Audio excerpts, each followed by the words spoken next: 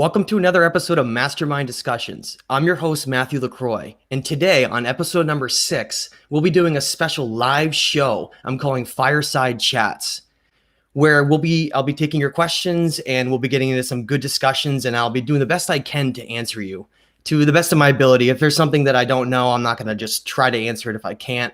I want to try to be genuine. There's always so much more to learn, and I think that's probably the number one rule to go with here. So a little background on why I'm calling it Fireside Chats. I may end up taking this and just putting the audio into a nice image with a fire in the back, just so it's a little more genuine. That's what I originally intended, having a great fire in the back of me on my green screen, but I couldn't quite get technological side of that to work out. So apologies for that.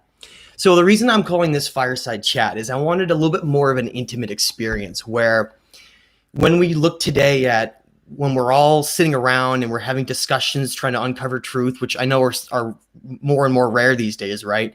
How often are we able to be with a conscious group around us where we can just sit down and share ideas freely and not have people judge us based on these predetermined conclusions that a lot of people have been misled and taught? And so I'm calling this a Fireside Chat because it's live and we're going to be having a discussion with everybody here, but also because I think beyond just someone imparting knowledge and having a discussion, the other key element that needs to be present for a higher conscious teaching is the environment. And that's where I get this concept of a fireside chat. And I mentioned that in my previous books, The Illusion of Us and the Stage of Time, this idea that the environment is very important too. Having something free and void of all these noises outside, these cars honking and ambulances going by, and just being under the stars in a setting that's conducive for a good higher conscious discussion where, we're not being held back by all these distractions all around us that really hold us back from having that kind of mindset. So that's where I am trying to go with this. And I'll see how I want this video to turn out after we're done this show. So I want to give everybody a few updates on what I've been up to and what's coming up in the future before we start getting into some of these discussions. Bear with me. I've never done this before, and I'm going to be reading through some questions as we go, and then I'm going to be picking them out, and we'll see if we can get a good discussion going back and forth on some of these topics. So I guess what have I been up to? Well, quarantined, obviously, like a lot of us in our homes, trying to get out, doing a lot of walks, trying to get out into nature, not being closed up inside the house, just, sitting around, and especially on days like today where it's pretty dreary. It's not a very nice day, but people like you, all these highly conscious individuals that have joined me, helps to get through these tough times like this. So I was originally supposed to have Brian Forster this month on Mastermind Discussions, but all his flights were canceled to his hometown in Peru. And so therefore we had to move that show to May, and then a couple other people were canceled. So I just thought, well, rather than not doing a show right now, might as well do something a little bit different. And that's what today is all about. Now, a lot of you sent some great questions, and I think the best way to start would be, hey Troy, good to see you.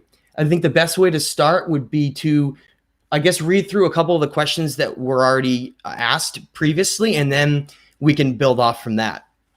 And so the first question, and I've had this asked by quite a few people, and of course, don't just take my opinion for it. Do your own research, like what I always say for everything. Always be objective with everything in your life, especially my own words as well.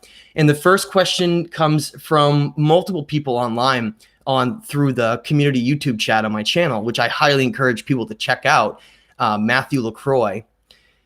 The first question comes into, well, what are these handbag symbols that are shown all around the world? And when we look at these T-shaped pillars in Göbekli Tepe in Turkey, we see these symbols of this handbag. And there's usually shown as multiple versions of those handbags. And that's not just one location we find that. The reason why this is such an important question is because all throughout Mesopotamia, Iraq, Syria, right down in through all the way down along the Tigris and Euphrates rivers, a lot of these ancient civilizations, they carved these massive murals out of stone. And you can find great images of those online where they were uncovering them under layers and layers of dirt. And they show, in some cases, these handbags that some of these ancient winged gods, these Anunnaki gods, are holding. And so they're always depicted in a certain way, right? They have their hand up, and then and the other side, in their right hand or left hand, depending on which way you're looking at it, they have a handbag they're holding. Now, that same symbol is also found thousands of miles away in the Mayan and Aztec civilizations as well. This same symbol, you can find in the Olmec and the Aztec, these handbags that are shown, right? And a lot of times, in the case of in the Americas, looking at the act, something that's physical, or is this something that's a symbolic thing? And so the more I've looked at this, and I've changed my stance on this over the years, but the more I've looked at this, the more I think that, and I talked about this in the Stage of Time, that I really believe that it's a symbolic way to show passing on the tools and knowledge necessary to create a civilization. And I think that's why they're showing it, passing this handbag to all of these cultures. So what kind of building blocks do you need to create a civilization? Well, what kind of morals is that civilization going to have? What is that civilization going to be based on? What kind of knowledge is going to be imparted to create that kind of civilization? Are they going to be based on agriculture? Are they going to be based on warring empires? What are the foundations that are going to be necessary for that civilization? And I think one of the number one things that really is involved in that is just knowledge, just teaching about this universe and this nature of reality that we exist in, to create a conscious society that can be self-aware, that can then understand the purpose behind having a lot of those laws and rules and types of morals that are present in these cultures. And I think that's why you find it all around the world, symbols all around the world. And that, to me, is the absolute proof behind the fact that they were influenced by the same influencers back then. These, I guess you could say, those who were passing wisdom and information. And I don't think that it's just about creating a civilization. It's creating a civilization in the image that they want it to be created in. Okay. And I think that's why some of the depictions are different depending on the types of regions. And that's where I see this whole thing connecting. I see some people in the chat saying I'm having some connection issues. I really apologize about that. I hope that, some of the dark overlords aren't deciding to mess around with my internet connection here a little bit, but I'm glad you guys can hear me again, and we'll keep going as along with this topic. So I see this handbag symbol as truly representing these different influences of those who passed through these regions and then created these civilizations. So in the Mayan case, we have Kukulkan, who was this imparter of knowledge in creating civilizations, right? And then right just to the west, we have Quetzalcoatl, who created this Aztec empire. And then further south, down in the Incas, we have Tiki Viracocha, who is this strange figure with a long beard who supposedly crossed the ocean and then created these civilizations. Well, that story and the fact that those gods are all influenced by the same types of mentalities and the same types of descriptions really makes it so that we should start paying attention. We should start paying attention and separating the fact that this was once real. These were once real influences that occurred. It doesn't make any sense to me when someone say, well, none of those gods throughout history are real. Well, and like I mention all the time, we have to separate them into two different categories, right? Some of the gods that are worshipped by indigenous cultures, yeah, they worship to have, the rain god, fire god, to have different elements and different seasons. But there's also this completely different set of gods that seems to be very specific. They seem to have very specific conversations and with individuals, and they seem to have very specific mentalities. And I think that's what really separates them, to know that they're real. Now, and I'm going to get to your questions in the chat soon, but the next question comes from, again, multiple people asked this, and that's why I wanted to answer and talk about it. A lot of people really want to discuss bloodlines, and they really want to discuss how bloodlines have an influence on why are there so many of these elite families throughout history that go all the way back to having kingships and having these dynasties, right? How does that work? Is this just wanting your own family in control because it's something that you're proud about, and it's like your family heritage. Oh, my family's been in control of these dynasties for thousands of years. Or does it have something that goes much deeper than that? And the more that I've looked at this, and the more that I've studied ancient civilizations and some of the wording that's given, the more it looks like specific bloodlines seem to be very important. Not in a way where I'm trying to say that a certain person is better than another, or some race is better than another race. That's not where this is going at all, and that's not how I feel.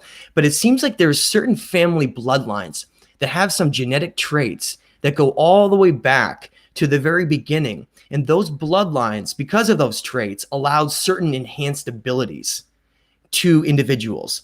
Like, for instance, when you look into the Bible and you talk about how there were these Nephilim, these great giant kings who once existed, they were part of a specific bloodline that enabled them. And many of them had, like we know, like red hair, and they were very tall. And all around the world, ancient cultures talked about how long ago, thousands of years ago, they were still around. And some of those bodies were found in some of those serpent mounds in the Americas. And later on, they just sort of poof, disappeared in places like the Smithsonian, and we never heard about them again. And going all the way down to places like Paracas, Peru, right? These Paracas skulls, these elongated skulls that is not from cranium and enlargement, but actually a genetic trait that's found with these larger heads that seems to have this genetic bloodline influence from the past, where there were these traits in certain bloodlines that are really largely been lost and just kept into certain individuals and groups. And to be clear, I really don't think that if we look at today and we look at what's been going on with some of these elite families, look at the Rothschilds, the Sinclairs, the Windsors, the Rockefellers, looking at some of these families, I don't think that they're better than any of us. I really don't. I think that's in their head, but they think they are. And they think that because they have this ancestral bloodline that goes all the way back, that they're somehow better than the other individuals around them. And then one of the terms that has been used to differentiate between these dynasty bloodlines and the common folk of person is they call them the black-headed people. And you can see that in cuneiform tablets all over Mesopotamia. And I really do believe that had nothing to do with skin color. I think it had to do with this idea that knowledge back then was only kept at the very upper echelons of these priests and kings. And in many cases, those priests and kings were part of certain bloodlines. And that's the only reason why they were in that position that they were in the first place. And then the common folk was essentially called the black-headed people because they were empty of knowledge, black, just nothing, no light. And that's unfortunately how they were able to be so easily ruled and corralled into fighting these massive wars for empires without really understanding that there's so much more to their existence in this reality that we exist in. So I want to read a quick quote that I've read in the past, but I think it gets to this pretty well in terms of helping us understand bloodlines and the importance of why these dynasties existed. And it comes from the Behistun inscription in Iran. It talks about Darius the First. And Darius says in this inscription, he states, "That is why we are called Achaemenids. From antiquity, we have been noble. From antiquity has our dynasty been royal. 8 of my dynasty were kings before me. I am the 9th. 9 in succession we have been kings. By the grace of Ahura Mazda, I am king. Ahura Mazda has granted me the kingdom." So when we look at the dynastic pharaohs and the pre-dynastic pharaohs, and we look at the dynasties that were existing in Persia and all across Mesopotamia and ancient Iraq areas, those kingdoms in almost every case were ruled by these bloodline dynastic families that go all the way back to the very beginning. And I think the best piece of evidence that helps prove this, to explain it in a way where it connects all of this back to the very beginning, would be when we look at this figure of Atrahasis, okay? He had many names. This was the biblical figure of Noah, who's connected supposedly to a bloodline that goes all the way back to his great-great-grandparents of Enoch, all the way back to the very beginning, which then Enoch goes all the way back to these bloodlines that connect to Cain and Abel, all the way back to Adamus, this Adamus figure that goes back to the very beginning of this perfect man that was created. And he was called Adapa. And I think that there's certain bloodlines that were created back then between individuals like Enki and Enlil. And I think, and some have called those bloodlines the bloodlines of the eagle and the serpent, based on the influences they had on certain cultures around the world. And well, why would that be important? Well, the Story of Atrahasis, this Mesopotamian cuneiform tablet that was found in the Ashurbanipal Library, which was an ancient library in Nineveh. In 1849, Austin Henry Layard found this massive library that was buried under layers and layers of sediment, and they uncovered more than 30,000 cuneiform tablets out of that. Today, it's the greatest library from the ancient world that was ever found, and most people have never even heard of it. And in that library, there was this set of tablets called the Atrahasis, and they were later translated by George Smith and then later Stephanie Dalley in the 1870s. Now, so that's the first point I want to make, is that this is something that's been translated by multiple individuals. And what it states in there is that Atrahasis is warned of a coming cataclysm. Okay, and he is the last king of Shuruppak. You can learn about that through reading Sumerian king lists and getting into things like the Epic of Gilgamesh and the Atrahasis and all those others, where his father, Ubaratutu, who was the last great king who reigned for a long period of time, ruled over this city that was called Shuruppak. Now, Shuruppak is a very, very important city because it was considered the last city before this great deluge swept through and destroyed everything. Now, I want to make a little sidebar there and get back to that in a second. This brings up an important point I want to bring up, which is coming up at the end of May, there's a thing called Forbidden News Con that I'm going to be doing 2 shows with, one with Billy Carson and one a solo show. And in that solo show, I'm creating a timeline where every single one of these cuneiform tablets fits in based on a cycle of 20,000 years. Actually, I apologize, 200,000 years.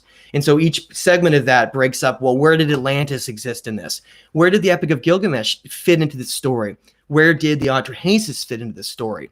And I bring that up because I encourage people to check that out, because basically what it's going to do is place all of these in history so we can understand. Now, getting back to what I was saying, Shuruppak is listed in multiple places as being the last city as part of the old ancient world in Mesopotamia before it was destroyed and ruined by these cataclysms that occurred. So Ubaratutu was the last reigning king of Shuruppak, and you can read that in the Sumerian king list. But he had a son, and his son was named Atrahasis or Zayasudra or Untapishti, depending on the different empire in the region that wrote these tablets. For instance, the Babylonian versions use a different name. The Chaldeans use a different name. So the Sumerians use a different name. So basically, you can trace each one of those names to basically the same individuals. And so in the Story of Atrahasis, this Noah figure is warned about a coming cataclysm. Well, why was he warned? Nobody else was warned. In fact, the Anunna, as they were called, these great gods who I think are the same ones that were imparting those handbags and that knowledge all around the world that I talked about before, they talked about how they made a strict pact to not tell anybody about this coming cataclysm, to basically reset everything. They felt like things were out of control and they wanted to reset this world to basically wipe us out because we were an abomination. And they wanted to have a clean slate to start over with. And so they allowed this great disaster to occur. And I can get into what caused that disaster later on if people end up wanting to know. But they basically made a pact to not tell anyone here in this physical mortal world on Earth that this cataclysm was going to come. But Atrahasis was literally the only one that was warned in terms of a great king. There are stories like the Hopi and other ancient stories around the world that perhaps there was other individuals that warned others illegally too, and then led them into caves. And I totally buy that too. And I think it makes sense considering that we weren't wiped out. But the most famous story is this story of Atrahasis, because he was warned by Enki through a series of visions. He didn't directly break his oath. He used visions to explain to him that he had to create a great craft to survive an absolute deluge of mud and water and ice and all kinds of things that came through, because of melting ice caps and shifting poles and all the things that happen. But so why was he saved? Why was this king saved? Well, he was a king because he was a dynasty king from Ubaratutu. He was his son, and he was the last ruler of Shuruppak before it was obliterated, destroyed. But he ruled for such a short time that he wasn't listed in the Sumerian king list. That's why Ubaratutu is shown as being the last king of the Sumerian king list and not his son, because he ruled for a short period of time. Anyway, he was essentially warned to survive this cataclysm with his family. Okay, because he had children through his bloodline, and so his family was warned, and he survived this cataclysm. He ends up, on top of a great mountain after it's all over with, and Enlil descends and is furious that this man has survived, and he was about to kill him until he finds out he can't, because Atrahasis is a direct bloodline connection son of Enki. Okay, and it goes all the way back to Enoch, to the very beginning, when these bloodlines came disseminated down with these gifts of this perfect man. That's what essentially it came down to. So Atrahasis is only saved because he's part of this ancient bloodline that exists. Now, those bloodlines of the eagle and serpent became the competing force behind one of the reasons why so many empires were battling. They wanted to purify and to have one empire to rule everything. And that's why these gods were always battling, because they wanted to purify and to have one empire to rule everything. And that's why these gods were always battling, because they wanted that. Why so many of these dynasty kings were considered so powerful, and they created this pyramid structure of knowledge to keep the people, the black-headed, the ignorant, the unknowing people, just separated from this knowledge. And of course, later on, we know that once a lot of this knowledge became more and more rampant through societies, they started just killing them and burning them at stakes, and then they basically shut off this whole connection that people once had to knowledge. And we're just getting back to that now with the acquisition of things like free speech and the internet, which is disappearing every day. But basically, I want to just connect one other thing is, well, why did we have, so then how does the enlarged head thing come in? Why are there skulls from Egypt to Paracas, Peru, that have these large heads that have been found? I really do think that it gets back to the same thing. There was genetics, these bloodlines and genetics that have to do with being much taller back then, much smarter, much taller, and having larger heads. It would make sense that if you had a larger cranium, had a larger brain, that you could be more intelligent. And I think that's really what it came down to. But then, and so those kings with those large heads were ruling over these vast empires of people, teaching them knowledge and creating these civilizations. And so what happened? Well, the people tried to mimic them. And that's why you see cranium enlargement all around the world, from Africa all the way to South America and everything in between, trying to mimic these rulers. And when we had the conquering of the Inca, when they were destroyed, one of the things you find out was that Atahualpa, the last Incan ruler basically that was killed, you find out that he was actually considered the last of an ancient bloodline.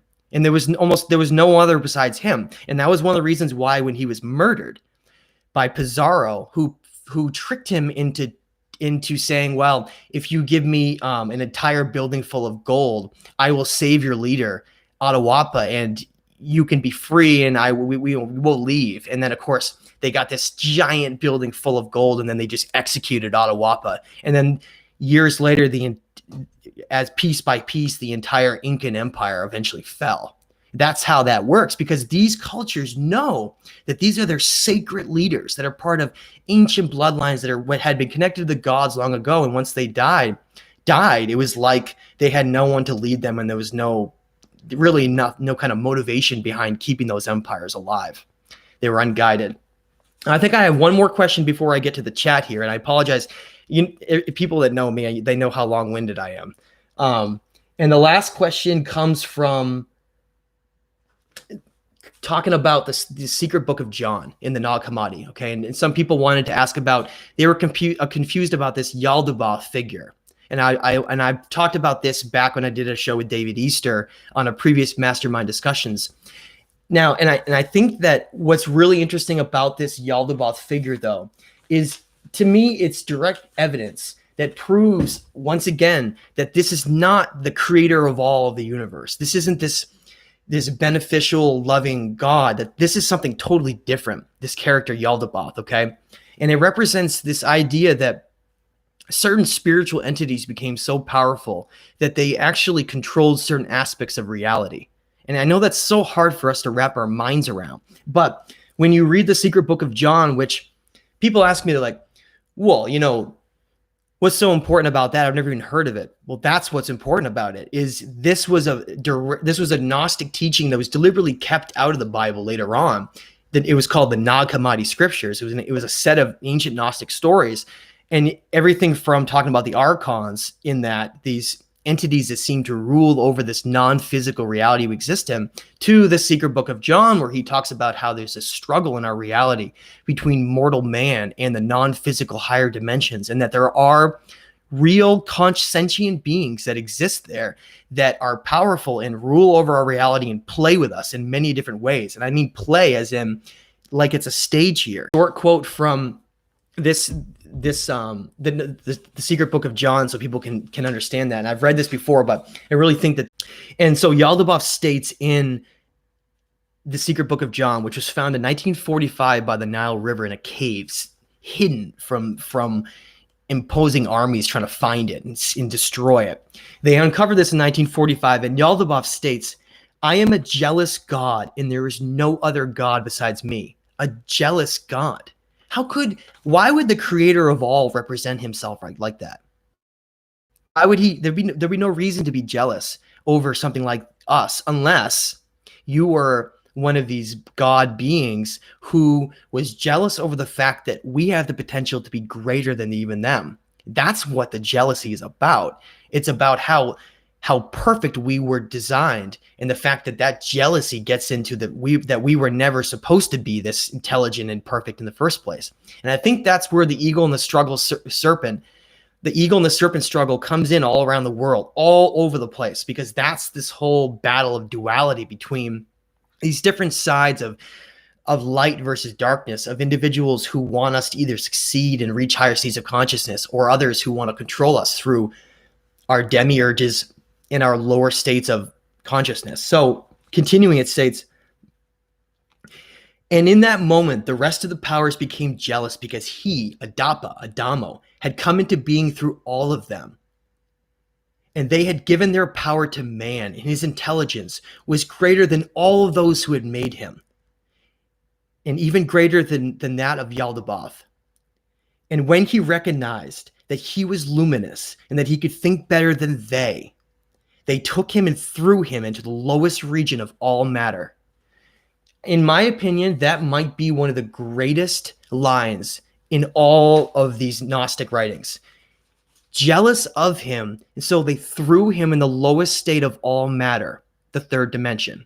And that's where we are. That's what happened to us. We were perfect, and we existed in higher states of consciousness, the fourth, the fifth dimension. We were truly light beings of higher dimensions, and we were cast down. And then the brilliant thing that so many people know that I talk about on a lot of my shows is that, well, then we were coerced into living in a reality full of chaos and war and deception and materialism, to blind us of what we truly are, to just keep us trapped in what I think is hell, is truly being stuck in the third dimension for lifetime after lifetime, and never realizing the divinity of what you truly are.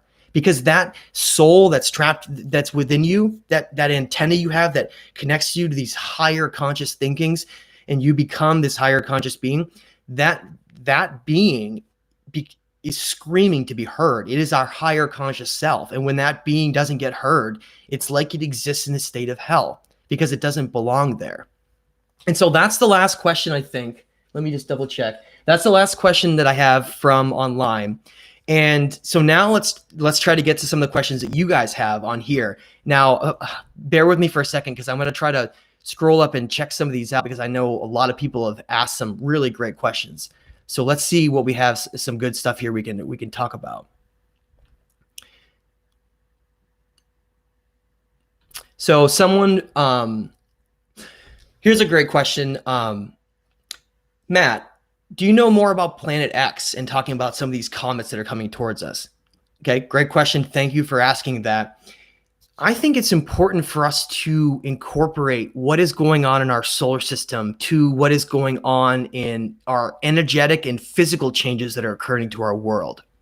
When we get told that everything that is happening on our world is simply based on human impacts, for instance, nothing like this, nothing like our warming or anything that's going on in our world has ever happened before, and that we're entirely to blame, and there's no outside force that has anything to do with conscious and climatic changes in our world. That's just not true. Now, that doesn't mean that I'm in any way supportive of us polluting and continuing this destructive, horrible mentality where we just pollute our world and we just endlessly take fossil fuels and inject all of these CO2 and all these terrible things into the atmosphere. That's horrible. We're killing Gaia. Absolutely. That's not good for our world. However, it's deceptive to try to blame everything on simply us so that we don't understand all these other forces that are going on around us. Now, I use the term, I think that the term Planet X and the term Planet 9 are used in conjunction. They're the exact same thing. Okay, and it goes into a lot more than just this supposed planet that exists out there. I think the bigger part of it is the fact that body that exists, and I'll get into some of the evidence about that how that exists, but I think it has more to do with this lost binary sun that we have. Okay, that I think is where a lot of these problems come in. As we know, everything follows cycles. If you look at the Pioneer data, and I have a lot of videos and information in my latest book, The Stage of Time, that really proves that, yes, there is a planet that exists out there. Caltech just did a study of the Kuiper Belt, which is this outer asteroid belt that surrounds our inner solar system. And they found that, and this gets into the comets question as well, they found that the comets that are found around the Kuiper Belt exhibit really strange paths, these really, really elongated paths that seem to point to the fact that they're being disrupted by an outside object, okay? Now, when NASA, and to be clear, I'm not a flat Earth person. If anyone is going to be asking about flat Earth, I'd be happy to talk about it. But I am, for the most part, I am supportive of us being in a vast cosmos with billions and billions of star systems and galaxies and worlds that are out there. But the problem is people get confused the fact that there is a non-physical electromagnetic world that exists that is behind everything that we can't see. And so that's, I think, where this confusion comes in. It's not fake. It's just that there are more layers that are to it. There is a physical body that exists when you look up at the star. When you look up at the Sirius, that's there, but there's also an energetic component to it as well. Now, getting back to that, those bodies that can be out there can create effects on other bodies around them. And so when you get cycles of these things that occur, you can get problems. Now, one of those problems was with Neptune and Uranus. They found there was a tilt to their planets. And so they sent the Pioneer probes out in the 1980s to go find out what was causing that. And they discovered that there was this outer planetary body far beyond the Kuiper Belt that was more than 4 times bigger than our world. And not only that, they ended up discovering all kinds of other small planets out there too, but they're so dark that you can't see them. But even more importantly than Planet 9 and Planet X was that they found this dead binary star. To me, that's probably the biggest headline that should come across the screens, is that we've been completely misled that we actually exist in a binary star system. So how does that binary star affect our star? How does our sun get affected by another dead star that's way out, far beyond it, with a path that's something like every 20,000 years? How does that get affected? How does that affect cycles of human consciousness here? How does that affect our climate? How does that affect poles? When you look at the fact that our sun goes through these solar maximums and solar minimums, how much are those solar maximums and minimums affected by those outer bodies? We don't know. We don't know because we haven't been given any data on it. I'm one of the few people that even talks about this binary star. But yet you can go in and look at the 1987 Science Encyclopedia and see the depictions of the Pioneer probe, finding direct data of exactly where this binary sun was, this star that's out there. And they call it a dead star, meaning it's much older than ours. I think that's fascinating to get to. Now, how could that affect us? Well, I think we're seeing the effects right now with all the volcanism that's occurring on our world, the climate shifts. We've had snow here the last 3 days in a row. It's April 18th. Normally we have the leaves come out here in a week, and yet we still have midwinter conditions. That doesn't mean that that's directly an impact of that, but dramatic climate changes, strange things that are going on, is a lot of times when you see that correlation over a long period of time, it's something to pay attention to. And that's, I think, what we really have been seeing over the last 20, 30 years is this increasing instability with our climate, and things like the poles shifting around in the North and South Pole, and the fact that they've had to go up and recalibrate all of our GPS devices because of that. That's evidence that we're in that shift right now. And I talk about that a lot. But that's how I would answer that is, yeah, we're entering that time right now where those comets are coming back, okay? They're impacting the Kuiper Belt. That planet and that binary sun, they're impacting our sun in some way. We don't fully know how that is, but we're getting impacted. And the real question is going to be is where do we go from now? What are the next 50 years going to look like for human civilization? And I think that's why we should really truly be studying it. Okay, let's see what we got on the next question. These are great, by the way, guys. I really love having these discussions with everyone. And I know so many people are frustrated with like, oh, I really wanted to know this question, or I get interrupted on another show and I never get to answer it. So it's nice to be able to have a little bit of a more intimate discussion with everyone and to be able to answer the things that you're asking. Okay, let's see. What's the next one we got?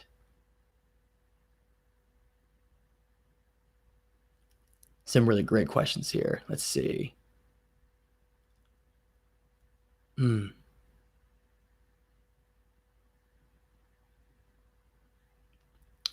There's a question here from Connor. Thank you. He's asking about what I think about headdresses. I think that's a great question because it does seem like a lot of groups that are higher up had headdresses. One of the interesting things when I was studying is that the first thing that I had thought was that headdresses with feathers, especially with some of the indigenous Aztec and the Mayan and Aztec, they had these plumed headdresses. Now, at first, it seems like they're trying to embody just a bird, right? Just like an eagle or a bird. But the more you look at it, the more a lot of those feathers were different colors. They were different types of feathers. It wasn't just one type of feather. And I think when you look at what the translation of Americas is, not about this Italian explorer, but if you look at the direct translation of what the word America comes from South America right up through the Central America and Mexico, you find out that the name America comes from the word Amaruca, and Amaruca meant plumed serpent. The plumed serpents. Okay, that was essentially the land of the plumed serpent was what it meant, and it represented these gods that influence each one of those regions. And I think as the rulers, I think it's the same thing. I think that they were mimicking and honoring some of these great plumed serpent gods because that's what those feathers are. It's a plume. It's a plumed serpent, metamorphosis, wings, metamorphosizing into your higher state. That's really what I think it comes down to. So I hope that helps with that question. I have a question here. Thanks. Are the Anunnaki the fallen angels? If so, is there a big battle between them and God coming? All right, so great question. I do think that the Anunnaki are what we have been shown all throughout religions and throughout history as these fallen angels. I think that they are them. I think that they were so powerful and being able to manipulate reality, being able to take on physical form when they wanted to or not, being able to live almost eternally. Like we can't understand, like how could the Sumerian king list contain kings that ruled for hundreds, if not thousands of years? How is that possible? Well, I think it comes down to some of these bloodlines, like I had talked about earlier, how they had completely different genetics than we do. I think that's why Adapa was given the idea that he could be a mortal being, and he turned it down because of various things. I think that comes down to the fact that if you are an eternal being, there are some drawbacks to that. Believe it or not, you have to essentially live forever, and you can't learn those valuable lessons that are necessary to say oops, and then you maybe die and then you incarnate again. I do think that our lives are based on generations and generations of past lives where we've had to learn from certain mistakes and change over time, that it's instilled within us. It's in our DNA. And I think that's necessary for us to grow on a certain spiritual level. Whereas if you're an eternal being, you don't necessarily have those abilities to learn those lessons. And in most cases, you're not going to be a physical being either. So getting down to the fallen angels, I think the Anunnaki became fallen because of what they did with mankind. They ended up having influences, even because of what they did with mankind. They ended up having influences, even sexual influences with the daughters of women. It's been shown that we're a beautiful species. We are created in perfection. This idea that somehow this almost like a female is like an angel, like some kind of a goddess, and she's so perfect that she basically these beings are tempted by her, right? But they're a higher being. They're supposed to stay outside of the things that are going on in our reality. And they tampered with our reality. They came down and influenced us in all these different ways, genetically, causing different bloodlines, causing us to be, I really truly believe that we are this product of something that was supposed to be where we are millions of years from now. And I think that there are sentient beings that exist out there that are monitoring our reality and where we go. And I think we were jump-started. We were pushed much, much further ahead of where we should have been. I think that's where that jealousy from Yaldabaoth, Enlil, comes from, is that we became these superior gods within a mortal body. And I think that's why they became fallen angels, because they became jealous. They influenced. They were promiscuous with women. You had these bloodlines that were then created with large, tall kings that ruled for thousands of years. The balance was thrown off. And so some of these beings, the term fallen may have meant they were cast out of some of these higher dimensional realms. They were cast out and forced to exist in conjunction with our reality. Okay. And they would never be able to achieve some of these higher states where they maybe in many ways become very, very important in terms of maybe being like these guardians of the realm of our multiverse. If you look at Aleister Crowley in the Enochian knowledge of the magic and some of the strange things that happened way back in the day, you find out that there were certain individuals that delved into dark arts and actual magic, like real Enochian. I encourage people to go look up what Enochian magic is. Okay. It's nothing to do with sleight of hand magic. But I mentioned that because in that they talk about how they connected to certain beings that are non-physical outside of our realm, all of them that practice it. And I have a video I did early in my channel you can check out if you're interested, way back in the beginning. They talk about how there are these guardians, these watchtower guardians of our realm, and that there are different dimensions, with some dimensions having complete chaos in them, and then other dimensions are balanced.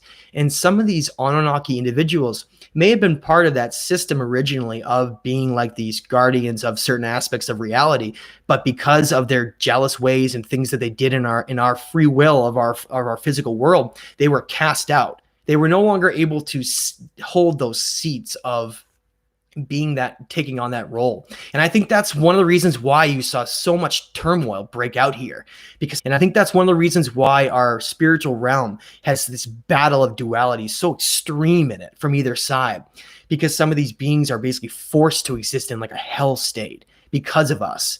And in many ways, it's their own fault. But I think that's why this battle of the serpent and the eagle exists. It essentially is duality.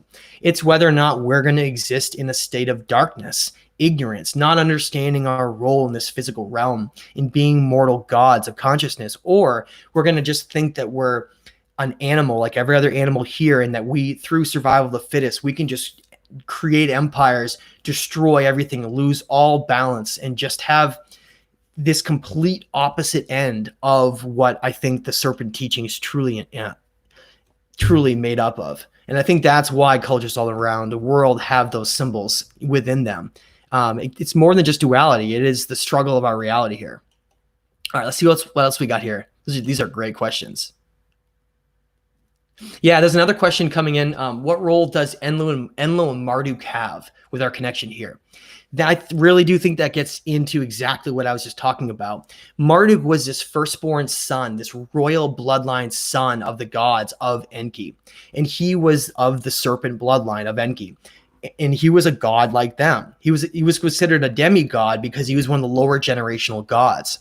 And one of the things I talk about in the Stage of Time is I think some of these lower generational gods, Mesopotamian murals and basically cuneiform tablets in ways, and some of these cylinder seals that depict Enki as this water god, like it's the complete opposite. And that's what duality is. And he's essentially holding the balance here and in control of that here. But because of free will, those forces are sort of on their own to decide how they go. He's ultimately inside a balance, in charge of balance, but that eagle and the serpent struggle between some of these jealous gods and over free will, how the fact that if you can influence a sentient, conscious, mortal being to do something that you wanted to do without forcing it to do it, then it's like they made the decision, not you. And I think that's how this whole thing has gone with these battling of, well, Marduk was in charge of the Babylonian Empire and created that. I think that's how this whole thing has gone with these battling of, well, Marduk was in charge of the Babylonian Empire and created that in a certain way to then compete to the north with Nineveh and Ashur, which was Enlil. And so Enlil and Marduk and Enlil seem to be battling and fighting for long periods of time until they maybe potentially had some kind of a collaboration. And I think that's why Christianity became so corrupt later on. Let's see. These are really great questions, guys.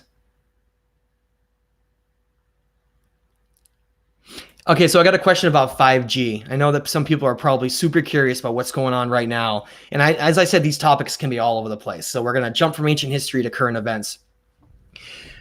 Wireless signals may be the most disruptive signals to higher consciousness that we have. Because when I talk about me and many, many others, I wanted to make that clear, is that consciousness in terms of our physical body, we seem to really truly be like an antenna here. And I think that's why the ancient Egyptians showed so much importance, and many, many others as well, on the importance of the third eye. Isn't it amazing? Cultures all around the world have, a red dot or many, many other depictions of the idea that if this third eye that exists within us isn't activated, then essentially it's like our antenna won't work. What is this antenna? Well, we seem to be like a modem for this higher conscious state that we're connected to. I call it the higher self. And when that connection is severed, when the pineal gland is calcified through multiple different means, I think it's a combination of certain kinds of food, things like fluoride in water, but also things like signals that can bombard us and truly affect that signal. And as people know, we've been moving towards 4G, and now we're at this 5G aspect where these signals are even more powerful than ever before. Was COVID-19 just a way to get people all quarantined so that they can have 5G installed all around the world? Maybe, perhaps. I would be supportive of that idea, because maybe it would have affected people more if everybody was just doing their day-to-day life. We don't really know, but one thing I can tell you for sure is, and some others have brought this up too, my dream state over the last several weeks has been unlike anything I've ever experienced. And others have said the same thing. Are we getting affected by that? Those who are conscious and awake, is it having some kind of effect on that as well? And what about people who aren't awake? What about people whose pineal gland is calcified? Is this bombarded them to even a higher level where it's going to prevent this higher consciousness? Is that why, as we enter this age of Aquarius with the universal consciousness, where we have higher bound to keep us in this lower state? I would absolutely support a whole host of different reasons why some of these things may be happening, because I think there's a necessity to keep the system going. And I really do think that if society learned the truth about who we really are and what our place is in the vast multiverse and what we are as conscious gods, most people would not want to fulfill the lives they're doing. In many cases, these empty lives that are just full of distraction, where they may die and they get forgotten forever, and they realize they were tricked at the very end. And I think that if a lot of people realized the truth about a lot of the ancient cultures and what they're trying to tell us about who we really are, I think that our entire society would be different. And I think that aspects of the way that it's controlled now wouldn't be able to be around unless people were deliberately dumbed down and kept in a lower vibrational state. And I think that's one of the things that's happening here. Let's see. These are great.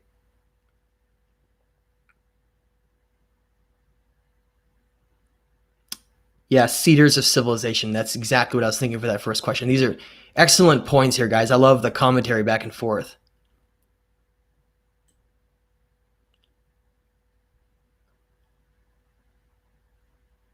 Let's see what we got here. All right.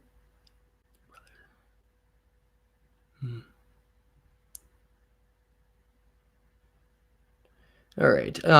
Some of these aren't really questions; they're just sort of comments. So I'm trying to find some good questions here that other people would want to know about. Let's see. Someone asked, "Is Enoch and Thoth, are they different individuals?" I do think that they're different, but they're all part of these ancient teachers and these ancient bloodline individuals that had a connection to higher self.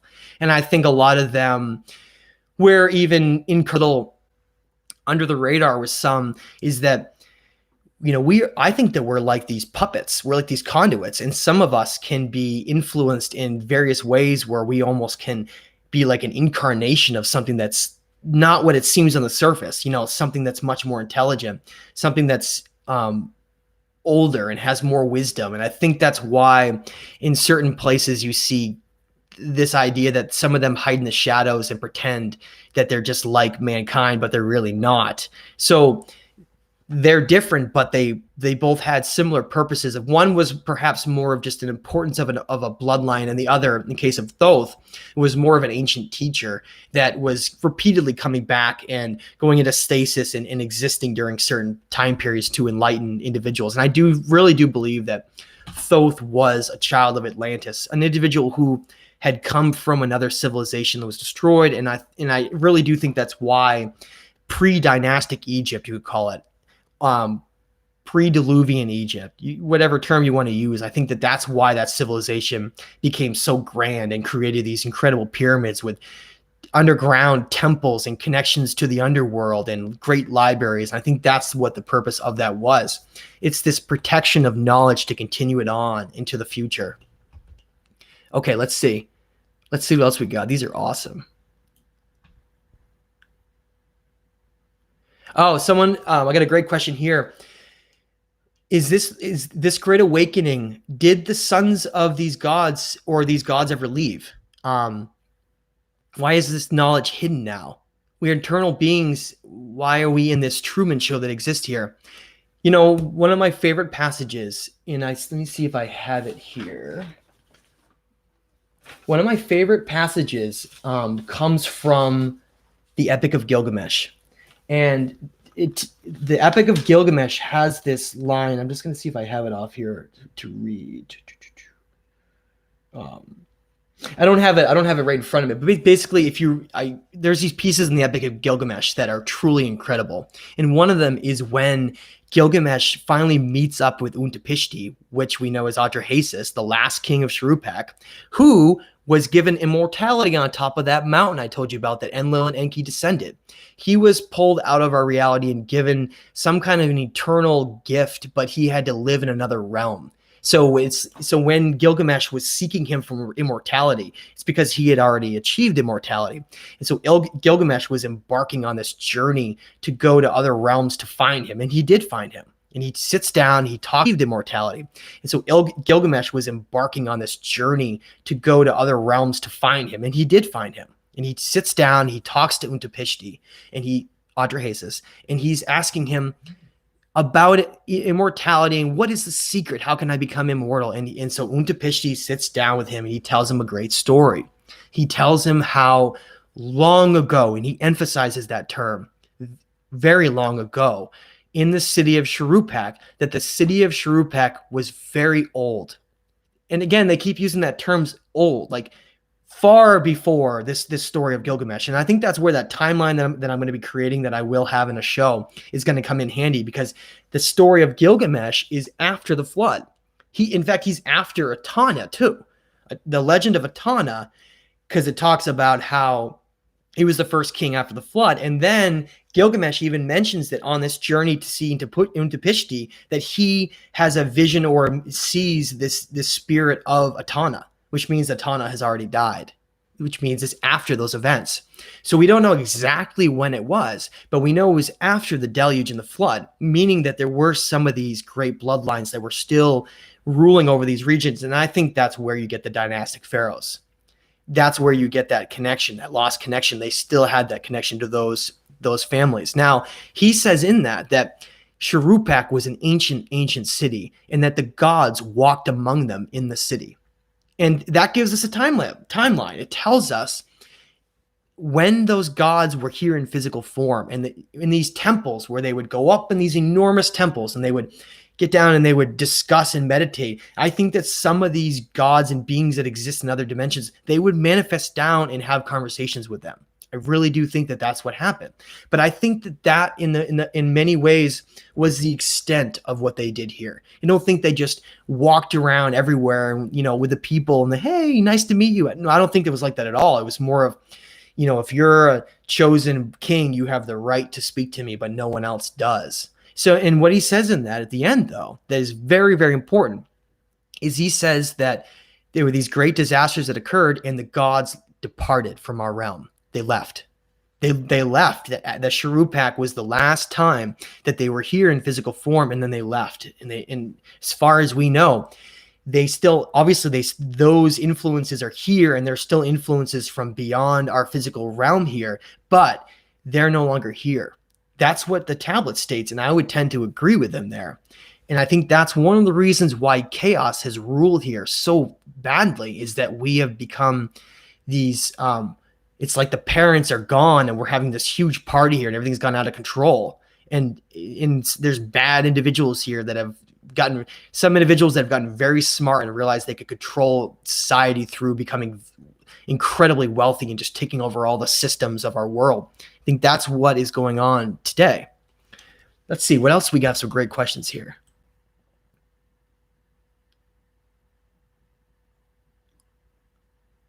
All right.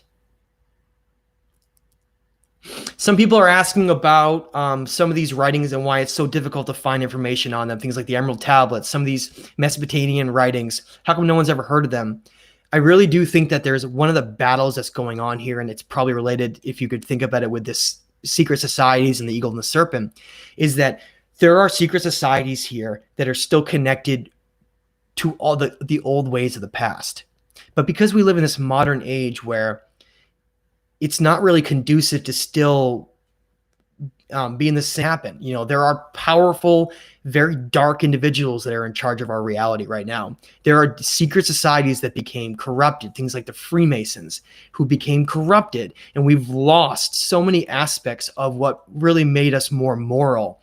And there's a lot of evil that still rules our world, and I think that is what the struggle is, and why some of these secret societies like the Brotherhood of the White Temple and a lot of these other ones, why they have to remain so underground in terms of knowledge, because there is a real worry here that we will lose this knowledge and it will be gone forever, and we will be on the path of darkness and we'll never get out. And I think there's a strong talk about, there's some moral lessons that are, but you and I, those individuals who are like seeking those pieces to understand timelines and where everything fits in, they're just buried within these incredibly long documents. And that's why I try to help people out by picking out those pieces. And that's what I think is so important about my previous book, The Stage of Time, because those important tablets with those pieces broken out is right in there for your reference. When we want to read a tablet, we can just pick this up and go to the back and look up, what page was that tablet on? I want to read it again to try to understand it. And I think that's what we need to be doing here. And so why are those little pieces that exist here around? Well, they're very symbolic, and they're very easy to just call myths, because they're difficult to make sense of it because of how symbolic they are. But in the end, we must be objective with everything. And when we see these specific dialogues with these individuals, how can that not be real? How can a specific dialogue that's given with individuals using very specific words and even referencing things we find in other tablets, like how do they know that if it's not real? Like if this was all created and they just created these tablets because it's fun to try to get these lessons, these moral lessons that we can understand, they created them. How could we have these dialogues that can be connected by tablets that are found thousands of miles away, all over the place, that have this very specific story that can be correlated to this data that really gives us this information about, wow, so this, like when in the Epic of Gilgamesh, so this city of Shuruppak was real, and he was the last king there, and he says the gods were there in physical form and they departed when the deluges occurred, and all these things are very specifically stated in there. And I think that once we wrap our heads around that, we can begin to understand that some stuff is symbolic and some stuff is literal. And I think that that's what we need to separate and try to wrap our heads around. Okay.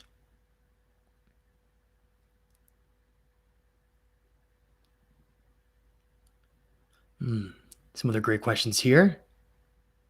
Greetings from, it's really cool. We have people from Croatia. We have people all over the world in here. That's so cool to see. I really appreciate everyone's support from all over the world that come in here to have these discussions. Okay. Yeah, someone mentioned alchemy in history. Thank you. It's a great question. What role did alchemy play in ancient history? I think that alchemy really gets back into this whole idea of Enochian magic and the idea that we exist in a reality that can be manifested and altered if we can truly understand that we have powers that go just beyond, the physical world here. And there are elements that can be combined together to create all kinds of incredible things. And we ourselves are a product of that. We are the perfect mix of all these different genetics to get the perfect sentient being. And I think so alchemy it's everything. It's like, how do you manifest a certain reality with certain elements there in place to get a certain desired outcome, and you can manipulate that based on that. And I think that's why we see a lot of ancient technology, like in the pyramids and a lot of other places, that just simply disappeared. I think it was based on a lot of both alchemical and ways to utilize technology like sound technology and vibrational frequency and things like that. That's where this lost technological side, I think, has disappeared now. And there's just these little fragments of it, and most people don't even think it's real anymore.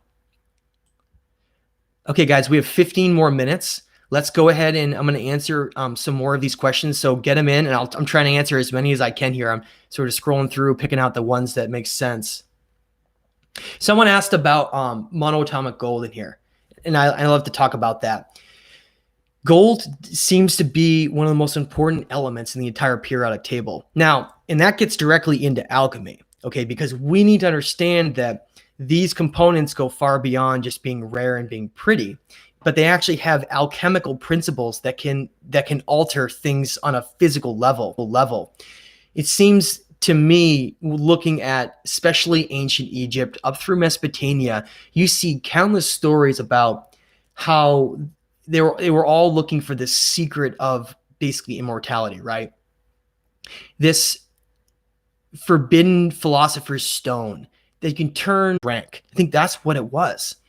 Because when you look at dynastic and pre-dynastic pharaohs, when they uncovered them in their sarcophagus, they had buried next to them, they found monoatomic gold powder, this white powder where it was combined to create this chemical reaction within us. And why would they do that?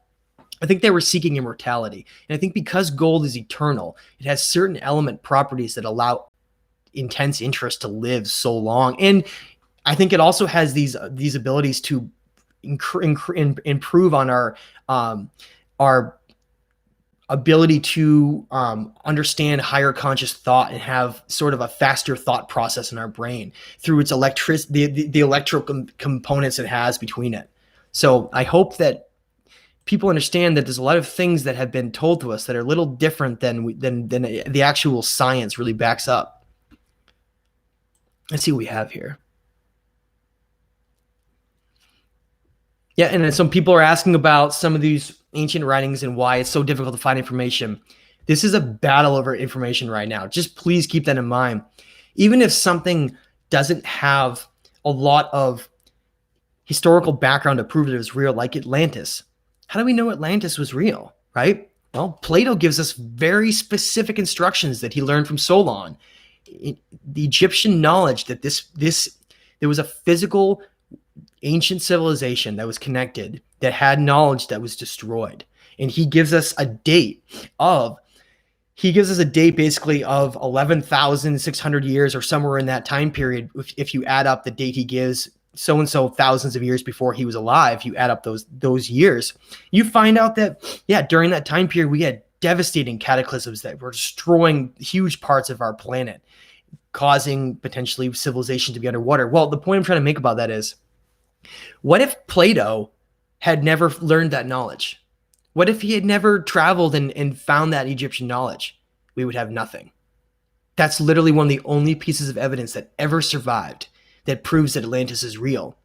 Well, Plato is one of the greatest philosophers in history, and yet we choose to ignore him when he has detailed inscriptions in the Timaeus and Critias that talk all about it, the amount of rings that it had, how large it was, where, relatively where it was located and when it was destroyed. And yet we choose to ignore it. Well, that's the point I'm trying to make, is what if he never found that knowledge? We would never even known that it was around. And I think that's the same when it comes to a lot of the ancient tablets and information. Go objectively read it for yourself and decide if it's real based on what is it telling you? How does it make you feel? Does it make you feel higher states of consciousness? Well, then it has to be real, right? How could something enable you to reach higher stages of consciousness if it's just a deception? There'd be no purpose in that. I think so. I want people to wrap their heads around that. Stop trying to find answers on the internet just in like, oh, this is right because someone's told me it's right, or this is right because someone who was out digging there found it and then they give that information. We have to understand there's so much deception and misinformation throughout history that it's very difficult to actually get these genuine facts and focus so heavily on individuals like George Smith and Stephanie Dalley and the translations you can get from a lot of other individuals as well. Okay, let's see what else we have here. I mean, look at the Nag Hammadi scriptures, right? Is there any other information that talks about those? No, we're lucky enough that someone found them in a cave and we have them today.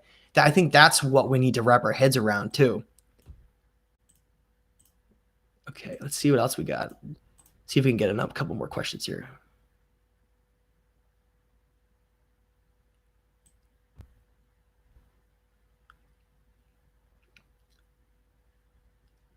Let's see. Okay, Elephanta Caves, and some of these others, and there's several of them around that. Sanjay Gandhi National Park has some incredible one. Kernshaw Cave there. Down to the south of that, you have Elephanta Caves. Go look in those incredible structures that have been created into solid basalt. Supposedly, when those were built, we had dealt with those. Therefore, they had to have been using technology and tools that are beyond our comprehension and are much older. But what they show in that is there's this figure that's shown called Buddha. And this figure of Buddha is all over these temples. This figure of Buddha, was Buddha real? Or was it just this spiritual connection they had? To me, just like all these other influences around the world, it had to have been a real being at one point. Or it wouldn't have been all these physical representations of it that are the same everywhere. Like that being at one time had imparted that knowledge like a handbag, created those civilizations, and then they were honored. I think that's the same story with Kukulkan, Quetzalcoatl, Tiki Viracocha, Hura Mazda, Enki, all the way over into the throughout Asia and right down into India with Buddha and a lot of these other beings. They're simply physical incarnations of wisdom bringers or individuals here that we're trying to create civilizations.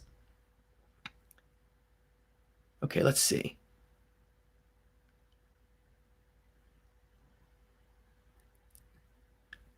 Wish it was easier to pick these out. I just gotta kind of scroll through. Okay. All right, let's go ahead and have our last question here.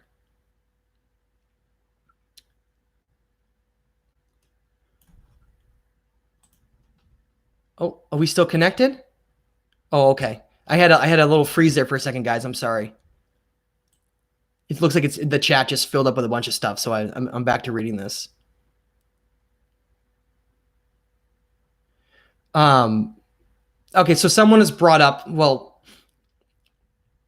what's going on with these elites today with Bill Gates and all the virus stuff and the control of information and some of these elite families that seem to control our world. I really do believe that these, you can go look at the Georgia Guidestones. I mean, I think it says it all right there. There are very powerful families that have emerged over the last couple thousand years who have taken control over our entire world. They did it through two different ways, through religion and through money. Those two things have become the great controllers of our world. And religion has some good to it. I want to emphasize that. There is some good in there when you read some of the old writings. But then there's a lot of deception and control mixed in. So it's hard for me to I really don't encourage people to just go jump over modern Christianity and a lot of the modern teachings that are taught in certain religions around the world. Go as far back as you can. I would recommend people study Gnosticism and go look into the ancient Greek and Hermetic. Look into all this ancient Egyptian knowledge as well. That's where I think the more pure sides of this come from. And so what happened? Well, unfortunately, these elite families that were completely corrupted decided that their bloodline was superior to everyone else. And so what they did is they decided to deceive everybody and control these different aspects of our world. And so that's why there's so much darkness that exists in our world today. We are, we're not living in an evil hell, but we're in a state of consciousness where there are certain people, and they are people, who are deliberately deceiving us and controlling every aspect of our history and our consciousness to control this information and then bombard us with wireless signals and viruses and all these things that can really hold us back from reaching these higher states because they want this system to continue. It is the system. It's the system of money making. It's the system of controlling people's minds and thoughts to keep them as productive workers and nothing more. And that's what this whole system is. The perpetuality of that system is the entire purpose behind this whole thing here. It's to keep that system going. And they're going to do whatever it takes to keep the system going. It's not in a beneficial way. It's in a malevolent way. And so I don't advocate for the entire system to be just shut down because that would be like total anarchy on our world. But instead, we need to transform these systems gradually over time, one step at a time, from education to understanding spirituality, not thinking that it's just some hippie crap that someone's teaching, but really bring back the aspects of what really makes up our existence in this non-physical and physical reality, and what part we play here. So what I want to really get across, and I want to impart as we conclude here, is don't look at the deception, the darkness here as something that holds you back and makes you feel empty inside. Look at it as the challenge that we are overcoming to become better right here. They're not going to win. They're not going to, because this entire cycle of human consciousness is so much more important and so much bigger than they are. They're simply puppets that are playing a certain role here, and they will lose. You can only keep that simmering pot of consciousness on for so long, and we will break out. These certain tactics that are used to hold us back, they're only going to affect us for so long, because I really do think that even if some people aren't totally awake, like maybe a lot of the other individuals that we have on this chat right now are, at least they're changing their mindsets about certain pieces of it over time.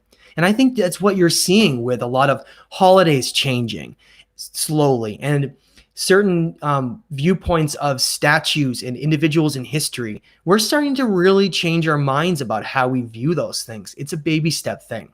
It's a baby step thing, and it's all going to lead to a better place.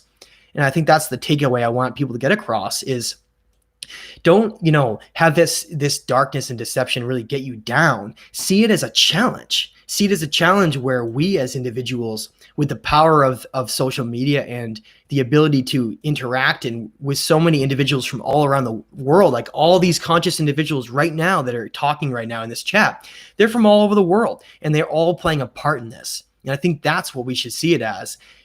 Don't let it affect you negatively. Be stronger than that. Go allow your light to be strong enough where you can go out and meditate and spend time with yourself to feel like you can be a beacon out there. And if you're not ready, then don't take it on. Don't wait until you're ready. See this reality as a school of teaching. And you look at that and try to take lessons away from it, rather than it being something that causes you to give up and to decide to not take that difficult, challenging road where some individuals don't decide to never talk to you again. You lose friends, you lose family, thinks you're crazy. Forward, that stuff doesn't matter, because those people, if they really truly cared about you, should accept you for being open-minded and having a different type of viewpoint, not hating you because you see things in a different way than they do, than the collective consciousness. So I just want to just inform everybody again that we have quite a few mastermind discussions that are being planned for the future coming up. If this is a type of environment that you liked, a live show with me taking questions and discussing it, we can do it again sometime. That's why I call this fireside chats, plural, because we could do it again if we wanted. And next time I'll try to make sure I get that fire up on the background so it looks a little more genuine. But again, coming up, we have the Forbidden News Con, which I'll be doing 2 shows in that. And we have Brian Forrester coming on in May, as long as we can get flights all back to on schedule here. And we'll get other individuals on the future as well. I'm going to get Gerald Clark on here eventually. A lot of really good individuals, contacting them right now. And if you're in contact with someone who wants to be part of the show, or you think should really be a part of the show, let me know. And because I like having these discussions with everybody and covering so many different topics. So I really want to say thank you again to everybody. I really enjoyed this last hour and a half. This was a really, really cool being able to talk to so many different people. And what I'll do is any of the questions that didn't get answered in here, I can try to answer in the chat when this video goes up. And we can even carry them over potentially to another fireside chat if that's another good route for us to take. So everyone, try to stay as positive as you can. Realize that this is an incredible time to be here right now in this state of change where we can go outside and go talk to someone and completely change their life, completely change their entire path in life, and take it in baby steps. Try to find individuals that are worth saving, that have those open-minded approaches where they can understand this. Even if they don't understand this information because they haven't studied it, as long as they're open-minded, try to see it as a challenge where, how do you impart this information in such a way where you don't overwhelm someone else? You're able to stick these little nuggets of truth in. Like, throw something like the Dogon at them with Sirius. Throw something like these megalithic lost civilization structures around the world where the types of rock that has been built is so hard that it would be impossible on the Mohs hardness scale to be carved with something that's less. Throw the fact that at them, the fact that we have all these emotions and these certain states that we can't measure. So then how can we quantitatively understand who we are if there's all these states of us like love and hate that are not measurable? It's the same. It's just like consciousness.